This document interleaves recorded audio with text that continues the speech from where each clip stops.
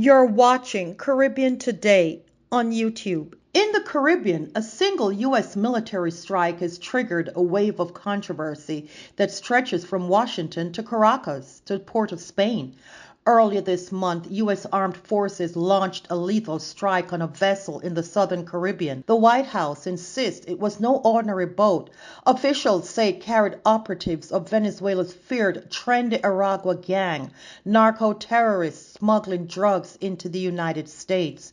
11 people were killed, but far from calming the seas, the strike has set the region on edge. From Washington, Democratic Congressman Gregory W. Meeks has emerged as one of the loudest critics. Representing New York's 5th District, Meeks, a veteran of the House Foreign Affairs Committee, is demanding the Trump administration explain its actions. I am deeply concerned by the shifting narratives, the contradictory facts, and the utter failure to provide a legal justification for this strike, he said this week. We are a nation of laws, not of one man's whims. For Meeks, the issue is constitutional. Only Congress, he argues, has the authority to declare war or authorize the use of force. By acting unilaterally, Trump may have violated both U.S. and international law. Meeks has called on the administration to provide Congress with the intelligence that justified what he calls the extrajudicial killing of 11 men. He has warned unjustified unilateral actions like this emulate the behavior of authoritarian leaders such as Maduro rather than counter them. Across the Caribbean, the response has been divided and dramatic. In Trinidad and Tobago, Prime Minister Kamala Persad-Cesar praised the strike with unflinching language. She has stated she has no sympathy for traffickers and insisted the U.S. military should kill them all violently. To her, the operation was a victory against the cartels that have long plagued the region. Not everyone agrees. Colombian President Gustavo Petro called on Trinidad to recover the remains of the dead, arguing that the victims may have been civilians. Fishermen in the islands have voiced their own fears, wondering whether they might be mistaken for traffickers and struck down next. Regional leaders are scrambling to contain the fallout.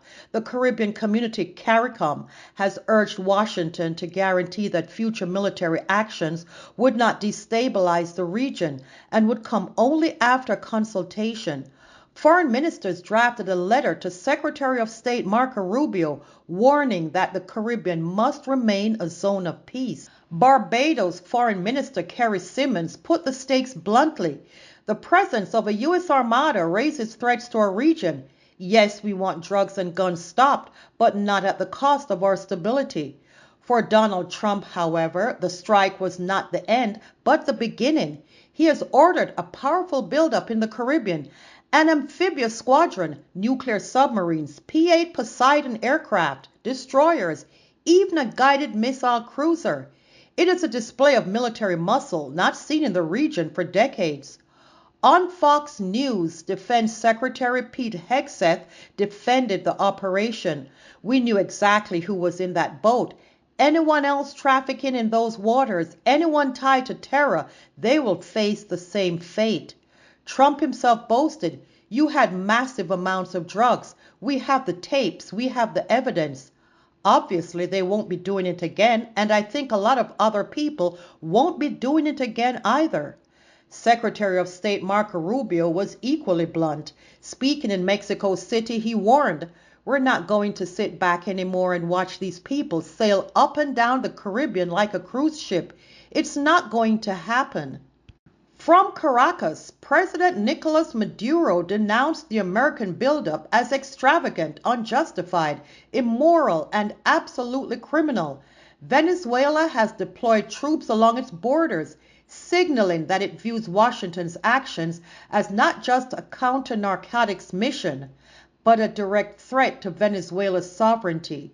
The clash comes as U.S.-Venezuela relations remain hostile.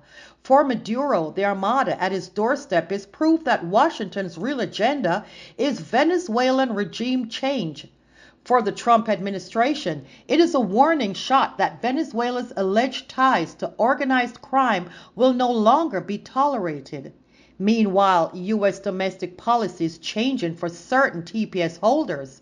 The Department of Homeland Security announced it will end temporary protected status for Venezuelans by 2025, urging migrants to self deport with incentives like plane tickets and cash bonuses.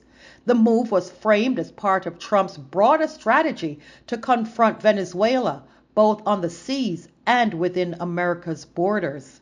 For the Caribbean, the questions are larger than one strike. Can the region preserve its identity as a zone of peace while hosting an American military armada? Can nations support the fight against drugs and guns without becoming pawns in a wider U.S. Venezuela conflict? The effects of U.S. military buildup in the Caribbean stretch far beyond the region. Billions of dollars in cocaine flow northward each year, fueling addiction and violence. Billions of barrels of oil lie off Venezuela's shores, raising the geopolitical value of every decision. And millions of lives in the Caribbean and South America are affected by what happens in these waters. What began with a single strike on a boat has been recognized as a much larger issue, a clash of international law and power versus sovereignty and peace. At CaribbeanToday.com, we cover your world.